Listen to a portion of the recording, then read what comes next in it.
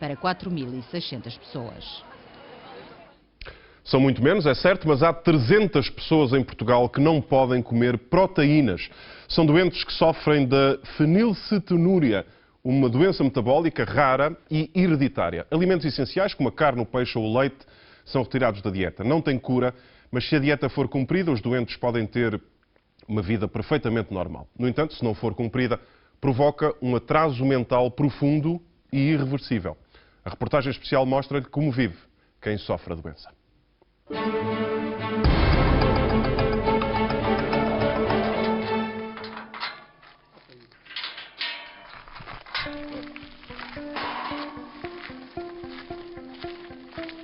Chamo-me David Miguel Mato Cerdeira, tenho 26 anos, sou uma pessoa alegre, bem disposta, sempre a ajudar o próximo. Tira-me aí um xixi para mim. Faço as minhas tarefas, tento levar a vida sempre o melhor possível.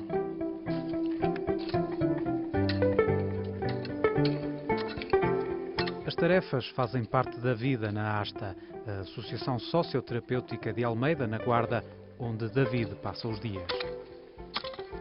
Cuidar da quinta é ao mesmo tempo dever e recreio. Depois de arrancarmos a erva, as coisas deram um saltinho. Estava tudo cheio de erva. Era mesmo preciso fazer esse trabalho. E temos cá um bocadinho de tudo para comermos. Aqui temos cebolas, ali cenouras, semearam hoje melão e melancia, de uma parte de melão, de outra parte de melancia. Para David, trabalhar na terra é uma terapia. Ajuda-o a manter-se calmo e concentrado. Um equilíbrio importante para um doente fenilcetonúrico. Bora, vai dando. A fenilcetonúria é uma doença do metabolismo, hereditária e muito rara. Afeta 300 pessoas em Portugal. 300 doentes incapazes de processar um aminoácido chamado fenilalanina, que existe em todas as proteínas. Um indivíduo normal tem valores de fenilalanina entre 0,7 e 1,5, por exemplo, miligrama por decilitro. Um indivíduo fenilcetonúrico bem controlado que tenha valores entre 2 e 6. Ora bem, esse 2 e 6 é 6 vezes mais do que aquilo que tem um indivíduo normal. Apesar de estar a festejar mais um aniversário, David não pode comer tudo o que quer. Tenho aqui no meu prato batata, salada, hambúrguer e quiche. Não posso comer muitas batatas porque têm muito teor de proteínas. As proteínas ficam sempre de fora. Carne, peixe, leite, ovos, pão, bolachas, bolos e produtos de pastelaria, frutos secos, mariscos. A lista de alimentos proibidos é interminável. Ele tem tentações como toda a gente tem tentações. E como começou o seu tratamento já depois da adolescência, mais difícil é debelar esta situação. É só eu virar as costas, pronto. Vai logo à carne, vai logo às salsichas, vai logo ao presunto, como acabamos de dizer, essas coisinhas. Agora consigo lidar melhor com o meu problema de saúde. De hoje em dia consigo lidar melhor, mas por vezes ainda me é um bocado, difícil. E às vezes cedo um bocado. E o que é que a tua mãe te diz? A minha mãe ralha comigo. Dá-te uns raspanetes. Assim. Também faz parte da vida as raspanetes. Se não for detectada à nascença e não for iniciada uma dieta rigorosa, a fenilcetonúria provoca atraso mental profundo e irreversível. David só conheceu o diagnóstico quando tinha 16 anos. Ele alimentava-se normalmente.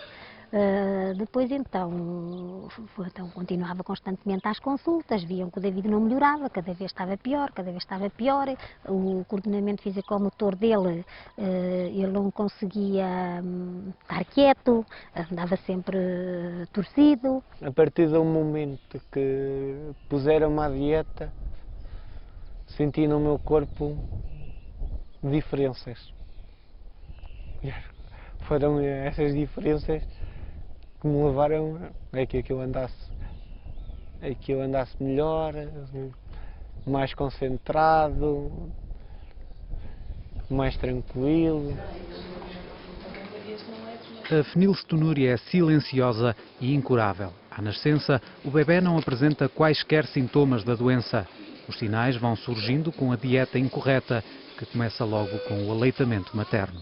Nos primeiros meses de vida, a restrição é apenas e somente essa, ou seja, é um controlo do aporte do leite que tem a fenilalanina, seja o leite materno, seja um leite ou uma fórmula adaptadas.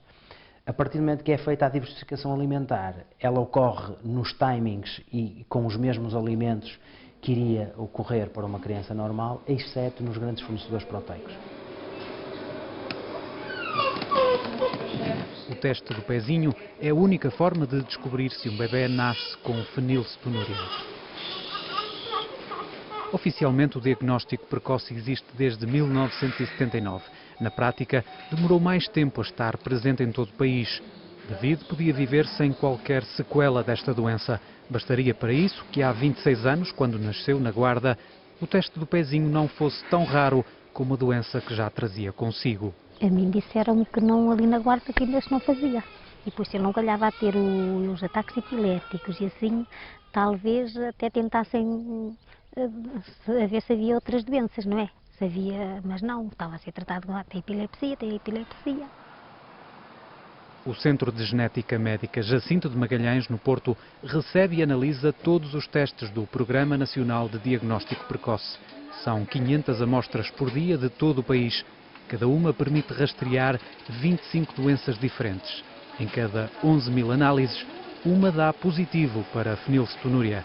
Detectar e tratar a doença atempadamente é o primeiro passo para salvar uma vida. A salvação de vidas foi inequívoca.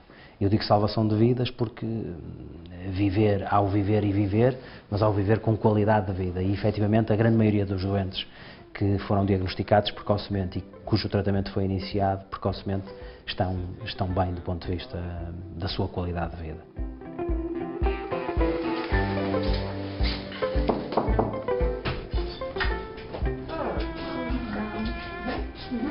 Para viver com qualidade, um fenilcetonúrico precisa de cumprir uma dieta rigorosa e de acompanhamento médico e psicológico frequente. Então, Francisco, está tudo bem? Sim. Francisco é a prova de que a fenilcetonúria não é uma sentença. Nunca comeu carne, nunca bebeu um copo de leite com chocolate, mas é um menino de 11 anos com uma vida normal. É uma criança perfeitamente normal, normalíssima, com as coisas próprias de uma criança de 11 anos, nem sempre se porta muito bem. Mas naquilo que importa, do seu coeficiente intelectual e desenvolvimento físico, é perfeito, quer dizer, está perfeitamente igual a qualquer criança que não tenha fenilcetonúria.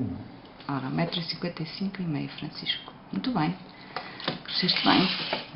Vamos lá. Sempre tentamos inovar no sentido de descobrir os sítios onde se vai comer. Tradicionalmente, o que é que o Francisco poderia comer. E ele foi treinado, digamos assim, a ir ao restaurante chinês, a ir a uma pizzaria, também vai ao McDonald's, e, portanto, vai aos sítios comer aquilo que pode, nas quantidades que pode. E ele está consciente disso e vive bem com isso. De vez em quando fica assim um bocado chateado, triste. Talvez chegue a ficar triste de não poder comer mais pão do nosso do que come. Eu gosto também de Só comer meio pão por dia, normal? Meio? Do nosso. Eu sei. Deixa-me ver, desde quando? Sim, controlo. Desde abril? Sim. Deixa-me cá ver uma coisa. Pronto, então agora vais passar a fazer um, está bem? Já está aqui contabilizado. A dieta dos fenilcetonúricos é constantemente ajustada. Se os valores da fenilalanina no sangue estiverem normais, Francisco pode experimentar alimentos novos ou reforçar as doses daqueles que já pode comer. Em função desses resultados, ir sucessivamente ajustando toda a terapêutica nutricional, ora com mais mistura de aminoácidos, ora com mais proteína natural em natureza, ora com mais alimentos especiais e hipoproteicos. Portanto, no fundo, tentando equilibrar a nutrição destes indivíduos, nutrição essa que não é possível de ser equilibrada pelo fígado isoladamente. Este aqui é o kit de diagnóstico do Francisco. Este é um controle periódico que ele faz, neste caso foi feito hoje, Isto é o sítio onde se coloca a amostra de sangue. A amostra de sangue é feita, no caso do Francisco, no dedo, com uma lanceta destas. Pronto, isto é enviado para o Instituto de Genética, que faz o controle na própria semana. Imagino que os valores do Francisco estavam altos por algum motivo. Nós, em 2 dias, sabemos que os valores estão altos, imediatamente é tocado o sinal de alerta e trata-se logo de corrigir a dieta. E ele tem estado sempre ótimo. É o resultado de uma boa dieta e é o facto do Francisco ser um felicetonuríco moderado. O que quer dizer que o fígado dele, apesar de tudo, ainda consegue metabolizar alguma fenilalanina e, portanto, tem a tal tolerância. Mas que não pode evitar de fazer dieta, não é? E, portanto, a dieta é sempre o segredo nisto tudo. O segredo está na cozinha. Francisco vai comer arroz do dele, pronto, o escogido ou o refogado, como se possa dizer, é um refogado perfeitamente normal, tem cebola, alho e tem um bocadinho de toucinho fumado, apenas e só para dar mais paladar, para a gordura dar um bocadinho mais paladar, que depois o Francisco obviamente não vai comer. A sopa é um creme de legumes normal, não é? A sopa dos fenilcetonúricos não pode ter leguminosas, não tem também batata, por causa de controlar o peso, não é? Fugir um bocadinho da batata, e tem apenas, hoje tem penca, tem brócolis, tem cebola e tem cenoura. As rotinas alimentares desta família começaram a mudar assim que o Francisco nasceu. Os avós foram os primeiros alunos da nossa escola de cozinha. É quem tivemos que explicar como usar a balança eletrónica, como fazer a sopa. A comida tem que ser, tinha naquele período inicial, feito com regras de 3 simples, porque a quantidade dos legumes que compõem a sopa tem que ser também calibrada. É matemática à mesa. É matemática à mesa. A modificação, a mudança do ambiente familiar é de 180 graus.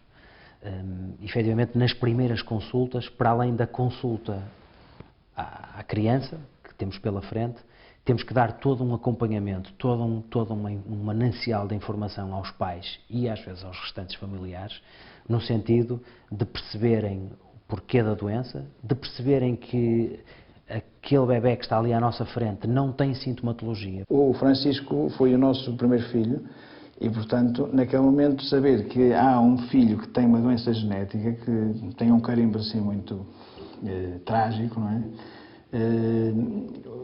Nem era uma questão do presente, era muito mais uma questão do futuro, que estava tudo posto em causa, não é? A herança genética é a raiz de todos os males. Os progenitores são portadores da doença.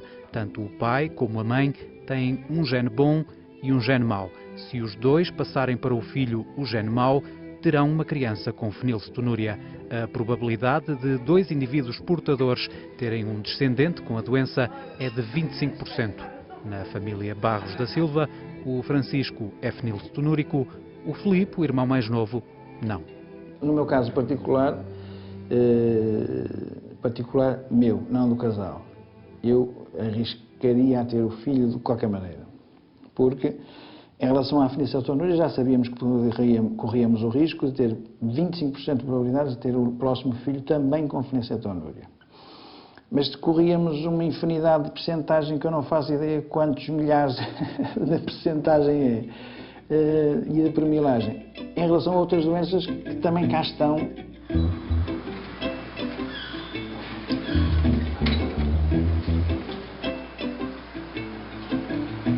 Para um fenilcetonúrico, ir ao supermercado significa fazer uma viagem ao Instituto de Genética Médica Jacinto de Magalhães, no Porto. É um instituto que recebe e distribui os alimentos para todos os doentes do continente e ilhas. São alimentos especiais, sem proteínas, importados e comparticipados a 100% pelo Estado. Bom dia. Umas coisinhas, sim. Elizabeth Almeida veio fazer mais uma encomenda, tem 24 anos e é fenilcetonúrica. Massa esparguete. Depois queria pão de forma. Pode ser também 2 embalagens? Sim. Lá em Coimbra ainda não se fazia o teste de pezinho, quando eu nasci. Só que andava a dar na televisão um anúncio sobre o teste de pezinho, para fazer o teste de pezinho. Então, a minha mãe, quando saiu da maternidade, quis fazer o teste de pezinho. Na altura, os médicos não acharam muita piada, e diziam que ela era doida, que isso não valia a pena, que era uma invenção, era uma modernidade e assim. Mas ela quis mesmo assim fazer e então foi lá a um centro de saúde e fizeram. A persistência dos pais de Elizabeth deram-lhe a possibilidade de crescer sem qualquer sinal visível da doença que a vai acompanhar para o resto da vida. Bom dia. Elizabeth é psicóloga e trabalha na APOFEN, Associação Portuguesa de Fenilcetonúria e outras doenças metabólicas. Aos 24 anos está perfeitamente adaptada à doença que carrega, mas há ainda muito por descobrir sobre a fenilcetonúria.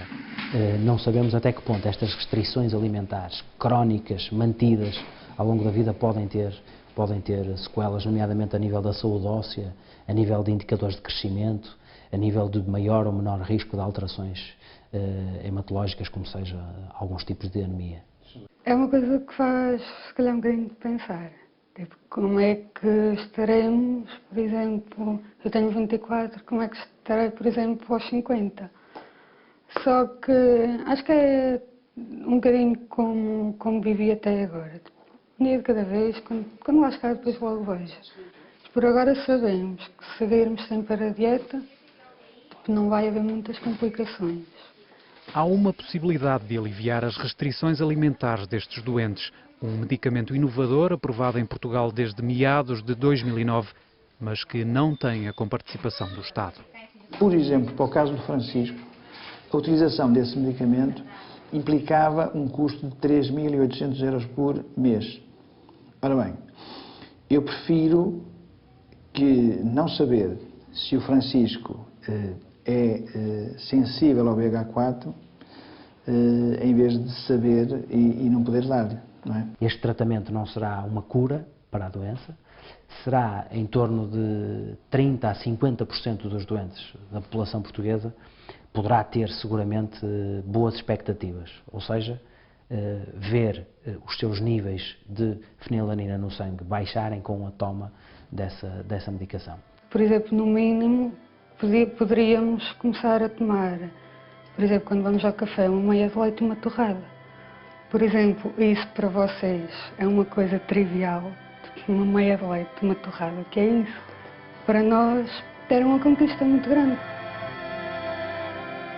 Habituada a ter de conquistar aquilo que tem, Elizabeth vai continuar à espera. Para os menos afortunados, como David, as conquistas são do tamanho dos sonhos. Diria que sou uma pessoa muito feliz. E há alguma coisa que gostasses de fazer e que não fazes agora? Sinceramente, sim. Eu gostaria de arranjar um trabalho que fosse remunerado.